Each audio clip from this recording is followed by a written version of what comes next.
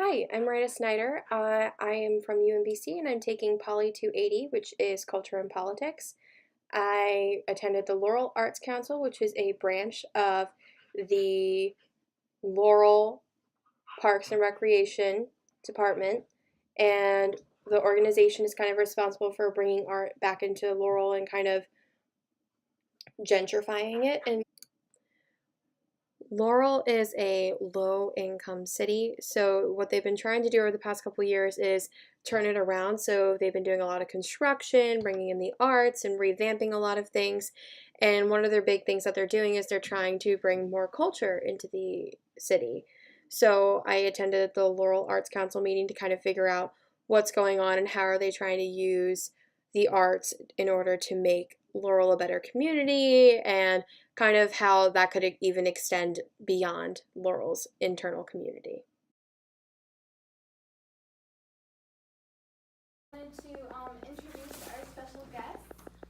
So we have a student here. If you want to just say briefly why you're here and that you'll be videotaping. Of course. I'm a student at UMBC. I'm in a class called Culture and Politics. So we're supposed to find an event that's kind of political, and we see how culture impacts what we do, and like how it can either inhibit or aid us in making political decisions. And part of my project is to video, so I just want to let you guys know that I may be videoing tonight, and I'm going to ask a couple questions maybe at the end, whatever works for you. Just a couple questions about how art influences politics in the city of Laurel, and I look forward to sitting in and learning from you guys.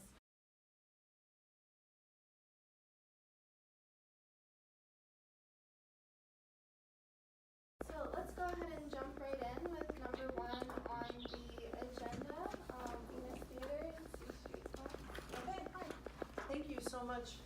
So I'm Deb, this is Ochi, and we are going to do an event a week from Sunday, so August 12th, and from 11 to 5, but 11 is kind of our soft open, so we're going to talk about it starting at noon, and we'll kind of close it off at 4, but then we're going to send everyone over to SIP for happy hour.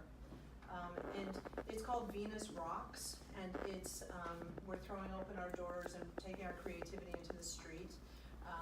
It's a silent auction open house, and we're gonna have, when you walk down C Street, we'll have sort of a creativity center there where you can write on the street with chalk and things like that.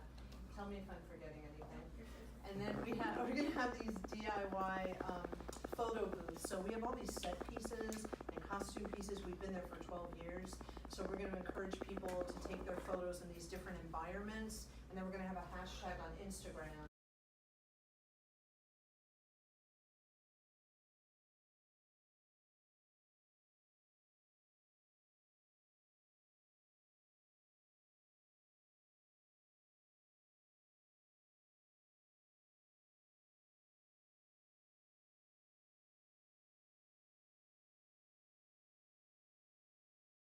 Um, we were invited to represent the United States at an International Children's Festival for Peace in Bulgaria.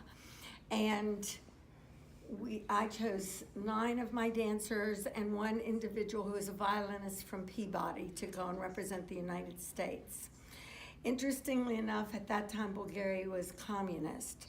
So we went to ask the State Department for help, knowing how to deal with that scenario, and we didn't get help, and I had somebody who actually wanted to defect.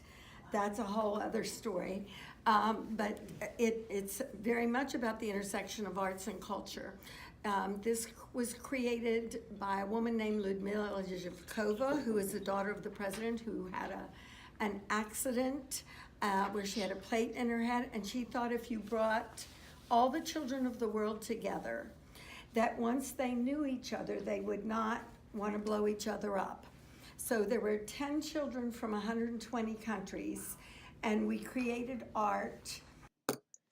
You just heard from Jen. She told this amazing story about how children can unite and break down these like boundaries and barriers put up by politics, just because we all wanted to share our culture, because across everything we always appreciate art no matter what culture, most of the time. But it's beautiful to understand that these communist countries and these diplomatic countries came together for this one event, during a time that was so tumultuous. So it's truly exciting to see how we took something of the arts and then we got to turn it into this almost diplomatic effort.